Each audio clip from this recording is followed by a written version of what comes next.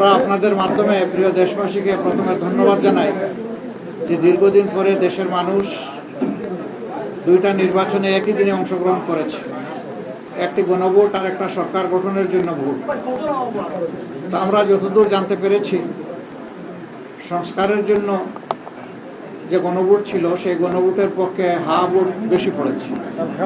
এই জন্য আমরা দেশবাসীকে আন্তরিক মোবারকবাদ জানাই। যদিও অফিসিয়ালি এটা ডিক্লেয়ার করা হয় নাই, শেষ পর্যন্ত কি হয় সেটা আমরা দেখার অপেক্ষায় আছি।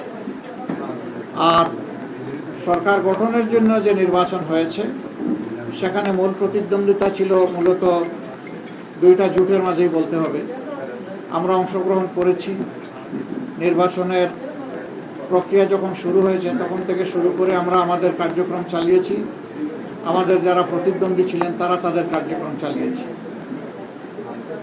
স্বাভাবিক একটা নির্বাচন যখন হবে সবাই জিতবে না, কেউ জিতবে কেউ হারবে, এটাই গণতন্ত্রের সৌন্দর্য। আমাদের দেশে কিছু সংস্কৃতি আছে, আমরা এই সংস্কৃতিকে পাল্টানোর পক্ষে।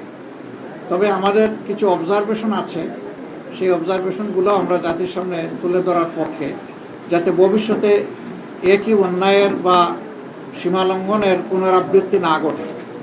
বেশ কিছু ঘটনা ঘটেছে, আমরা এগুলা কম্পাইল করছি।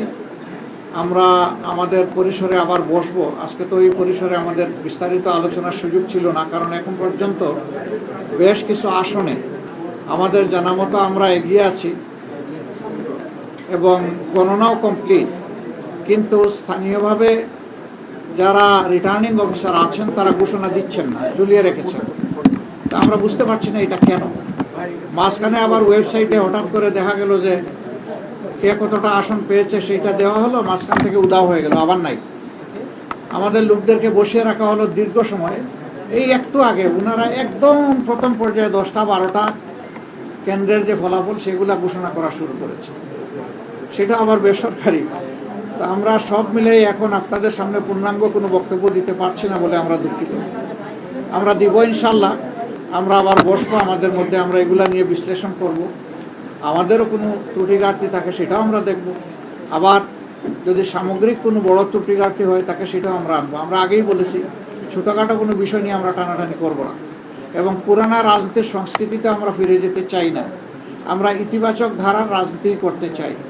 রাজনীতি যদি দেশের মানুষের জন্য হয় তাহলে যারা রাজনীতি করবেন তাদেরকে এই কথা মেনে নিতে হবে যে পাশ করার গ্যারান্টি নিয়ে কোনো নির্বাচন হয় না, কোনো রাজনীতি হয় না। আপনি যাবেন মানুষের কাছে আপনার বক্তব্য নিয়ে, মানুষ যেভাবে গ্রহণ করবে, যতটুকু গ্রহণ করবে তাকে আপনার অভিনন্দন জানানো উচিত। আমরা দেশবাসীকে যতটুকুই তারা আমাদেরকে সহযোগিতা করেছেন এর জন্য আমরা গভীর কৃতজ্ঞতা এবং অভিনন্দন জানাই। লাইফ তো প্যারা দিবেই, নিবেন না? নিন মজাদার গোলমার্ক বক্স, কুড়মুড়ে বাইটে ফুরফুরে লাইফ।